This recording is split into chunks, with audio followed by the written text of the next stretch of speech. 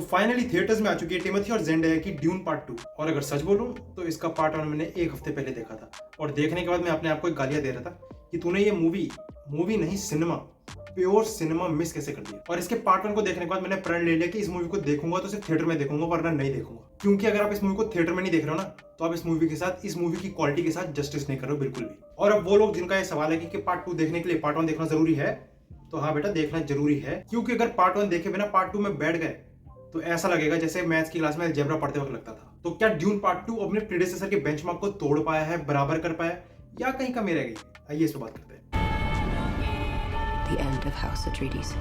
Your father didn't believe in revenge. तो dune 2 की कहानी वहीं से स्टार्ट होती है जब पार्ट 1 खत्म होता है। और अगर अभी तक तुमने पार्ट 1 नहीं देखा है तो रिव्यू क्या देख रहे हो बे? जब पहले मूवी देखो फिर आके रिव्यू देखना। अच्छा, हमको सिखा रिया है। तो ड्यून 2 मेरे हिसाब से कमिंग ऑफ एज स्टोरी है, जब पार्ट 1 में पॉल एट्रेइडिस का बाप मार दिया, उसके करीबी लोग मार दिए और अब वो और उसकी माई बचे। तो पॉल एट्रेइडिस कैसे राइज करेगा, कैसे एक आर्मी बनाएगा ताकि वो हार्किनेस के खिलाफ लड़ सके, या कैसे उनको लीड करेगा, और क्या पॉल एट्रेइडिस फ्रीमैन लोगों का मसीहा बन पाएगा या नहीं, ये सब हमें इस मूवी में दिखाया गया है। और इसमें एक और एंट्री होती है कि ऐसे कैरेक्टर की जो साला हीलेला है, मतलब चाकू कितना शार्प है वो दूसरे बंदे को मार के चेक करता है, लेकिन जो इसने परफॉर्मेंस दिया भाई साहब, मतलब कैरेक्टर की स्किन में तो छोड़ो, नसों में घुस गया था ये। लेकिन मूवी में एक टाइम आता है जहां एक सीन में जो ड्रामा होता है यानी कॉन्वर्सेशंस, वो थोड़ी ओवरस्ट्रेच फील होती है, जिससे मूवी का जो मोमेंटम चल रहा होता है वो थोड़ा शेकी हो जाता है। बट इसके अलावा स्क्रीन प्ले काफी टाइट रखा गया है, जहां एक पल के लिए भी आप इनकी स्टोरी से, इनकी बनाई हुई दुनिया से बाहर नहीं आना चाहोगे। बाकी इस मूवी में कुछ ऐसे सीन्स और ऐसे शॉट्स हैं जिनको देख के आपका मुंह खुला का खुला रह जाएगा, क्योंकि मैंने तो भाई ऐसे शॉट्स किसी भी और मूवी में कभी नहीं देखे। और इसके साथ साथ जो यूएसपी थी इस मूवी की, जिस वजह से मैं इस मूवी को हमेशा याद रखूंगा, वो था इसका म्यूजिक, क्योंकि इसने ऑलरेडी वेल मेड सीन्स को और एलिवेट कर दिया। And trust me, hands down, मैंने ऐसा म्यूजिक अपनी जिंदगी में नहीं सुना है, और बाय चांस इसके म्यूजिक को ऑस्कर नहीं मिला। Nothing fancy.